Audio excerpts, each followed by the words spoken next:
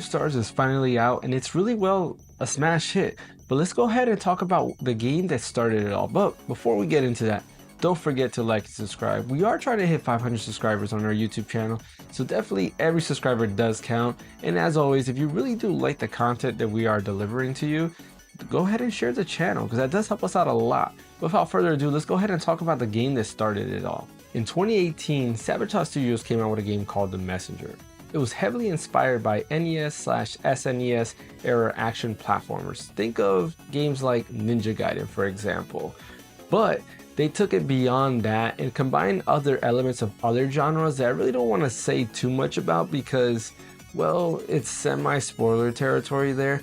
But they've improved on that formula by a lot, and honestly, it's amazing. And it mixing different genres together, it should be no surprise that Sea of Stars kind of does the same thing with mixing different games such as, Mario RPG, Chrono Trigger, and so forth. The Messenger just takes it to a different angle. It's a little bit more straightforward. It is not turn-based at all. As I said earlier, it is an action platformer, but everything it does and how it approaches everything is amazing. The story of The Messenger starts off with you in a ninja village where legends foretold that a Western hero will one day appear and save the world from the evil Demon King. Well, as you can guess, the Demon King does show up in the ninja village and pretty much starts attacking everybody. A Western hero appears and does save you from the Demon King while also giving you a message to deliver, hence, the messenger. The message is this giant scroll and they tell him to go ahead and deliver it to the highest peak of the mountain. So from there on, you're tasked with just trying to get to the highest peak of the mountain. And that's where the game actually starts. You go ahead and start going through different areas, different biomes. I mean, they all look pretty unique, and actually the level design of each level is amazing. The different tricks that you can do and the different tools that you get later on in the game really do help out. And it's very neat to kind of see how they crafted this world. Like honestly, if I were to describe it by using other games, I would say think of like Mega Man X style, like speed, like how fast Mega Man X games are, but a lot faster. Like the way to navigate these levels, you can go very, very fast. And that's a thing that I really do enjoy. For those of you who know me, I do like very fast paced games, specifically action based fast paced games. And that really does, kind of get me going. I really like the whole fast paced action pack that this game delivers on. And honestly, it's a game that if you really like fast-paced 2D action, this is a game you should definitely try if you haven't already. Now, as I mentioned earlier, there are different tools and abilities that you do get later on to help you traverse through the land, such as being able to kind of like double jump, for example. So like if you go ahead and need a double jump, while you're in the air, if you do hit an object or an enemy, this will allow you to go ahead and do a jump on top of that, basically creating a double jump. There's also a little like hook shot type of deal where you go ahead and kind of like throw a little hook shot and that'll allow you to pull yourself towards something. That kind of helps you gain momentum, what allows you to go ahead and kind of move through levels pretty quick.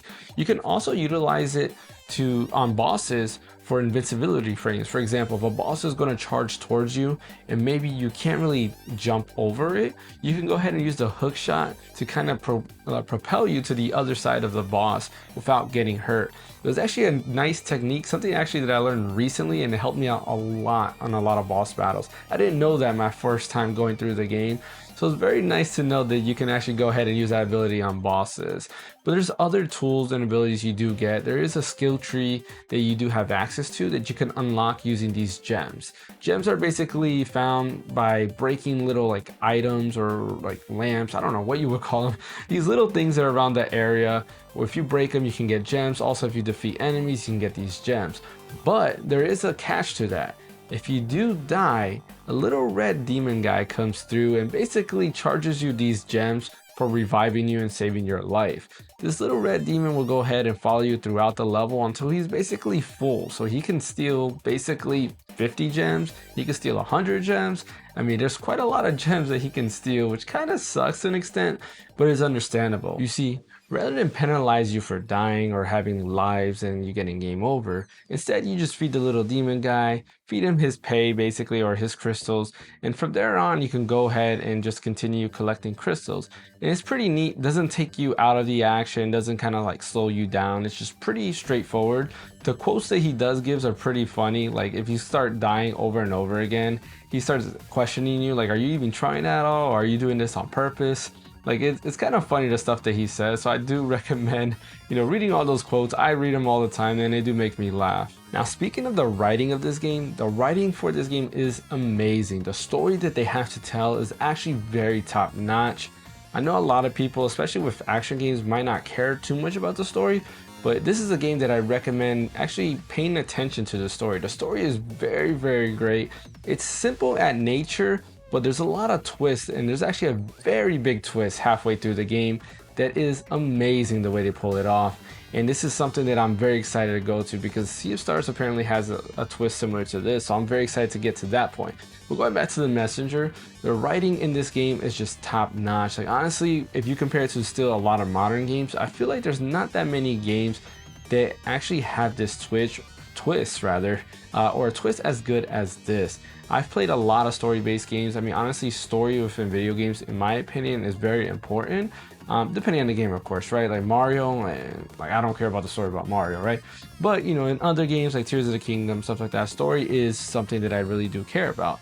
And The Messenger has a great story. I won't really go into details about the story itself, because again, there is a twist, and I feel that once you get to that point and see what I'm talking about, you're gonna be like, wow, that was amazing. That was amazingly done. And yeah, let's just keep it at that, because I do not want to spoil you about the story. Definitely pay attention to the story. It is very great. But yeah, The Messenger, amazing game.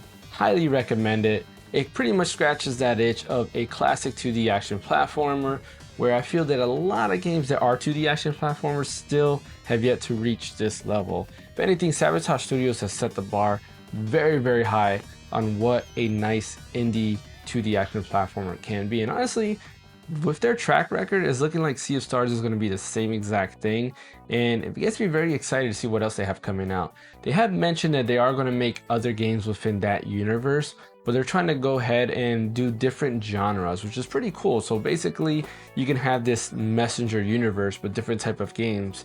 You have an action platformer, you have an RPG, I don't know what's next, a shooter, I guess. It kind of makes me wonder, like, if you played a Messenger, it might make you wonder, what would a like Contra-like third-person shooter be in this style? Yeah, you have to get to the part that I'm talking about to kind of understand where I'm going at with that. But anyways, definitely check it out. It's available on all platforms, which is nice. They are having a sale as of the time this video is uploaded. There is a pretty big sale on it for $5, so definitely pick it up. Highly recommend it. Definitely try it out. Let me know in the comment section below, what do you think about The Messenger? Thanks for watching. Don't forget to like and subscribe to our YouTube channel. Once again, we are trying to hit 500 subscribers. Every subscriber does help, as well as sharing the channel helps out even more. My name is James from The Random Encounter, and I'll see you guys next time.